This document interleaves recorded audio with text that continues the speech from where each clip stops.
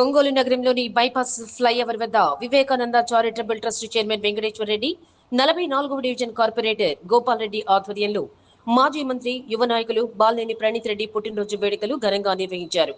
Charitable trust ఆధ్వర్యంలో పెద్ద ఎత్తున పేదలకు అన్నదానం నిర్వహించారు. కార్పొరేటర్ గోపాల్ రెడ్డి మాట్లాడుతూ మా యువ నాయకులు బాలినేని ప్రణీత్ రెడ్డికి పుట్టినరోజు శుభాకాంక్షలు తెలిపి మంచి ఉన్నత స్థానంలో ఉండాలని ఆకాంక్షించారు. కొన్ని సంవత్సరాలుగా వివేకానంద చారిటబుల్ ట్రస్ట్ ఆధ్వర్యంలో అన్నదాన కార్యక్రమం నిర్వహిస్తున్నారని తెలిపారు. ఈ కార్యక్రమంలో ఆదినారాయణ రెడ్డి, కృష్ణారెడ్డి, శ్రీనివాస్ రెడ్డి, మాలకొండారెడ్డి, నాగాంజనేయులు, బాలకృష్ణ, వెంకటేశ్వర్లు, ఓబుల్ రెడ్డి తదితరులు పాల్గొన్నారు.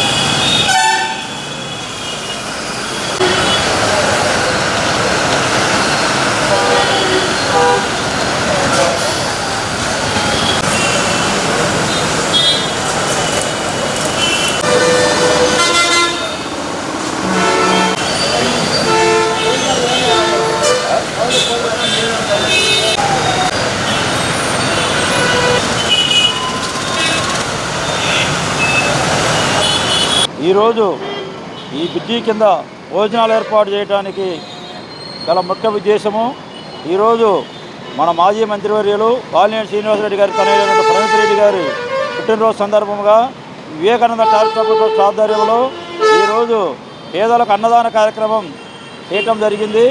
ఈ ట్రస్ట్ తరఫున ఇదివరకు కూడా చాలాసార్లు అన్నదాన కార్యక్రమాలు, పండ్లు, ఫ్రూట్స్ మనోవికాస్ కేంద్రంలో కానీ ఇక్కడ పేద ప్రజల దగ్గరికి వెళ్ళి వివేకానంద చారిటబుల్ సభ్యుల వెంకటేశ్వర రెడ్డి వీళ్ళంతా ఈ కార్యక్రమాన్ని ఇబ్బంది పడకుండా చేస్తూ ఉన్నారు. ఈ ట్రస్టు బాగా అభివృద్ధి చెందాలని కోరుకుంటూ మా బాలినేని ప్రణీత్ రెడ్డి గారు ఆయురారోగ్యాలతో ఉండి పుట్టినరోజులు ఇలాంటివి బాగా జరుపుకోవాలని, రాబో రోజుల్లో అతని నాయకత్వంలో అందరం పనిచేస్తామని తెలియజేస్తూ ఈ కార్యక్రమానికి వచ్చిన కార్యకర్తలకి, ప్రజలకి అందరికీ శుభాకాంక్షలు తెలియజేస్తూ ఉన్నాం. ఈరోజు వివేకానంద చారిటబుల్ ట్రస్ట్ తరఫున మన మాజీ మంత్రివర్యులు బాలినేని శ్రీనివాసరెడ్డి గారి కుమారుడైనటువంటి ప్రణీత్ రెడ్డి గారి పుట్టినరోజు సందర్భంగా ఇక్కడ ఈ ఫ్లైఓవర్ కింద అన్నదాన కార్యక్రమం చేయడం జరుగుతూ ఉన్నది. ఇంతకుముందు కూడా ఈ వివేకానంద చారిటబుల్ ట్రస్ట్ తరఫున మన వివేకానంద చారిటబుల్ ట్రస్ట్ చైర్మన్ మన వెంకటేశ్వర రెడ్డి గారు కూడా ఇంతకుముందు కూడా చాలా మంచి కార్యక్రమాలు చేశారు.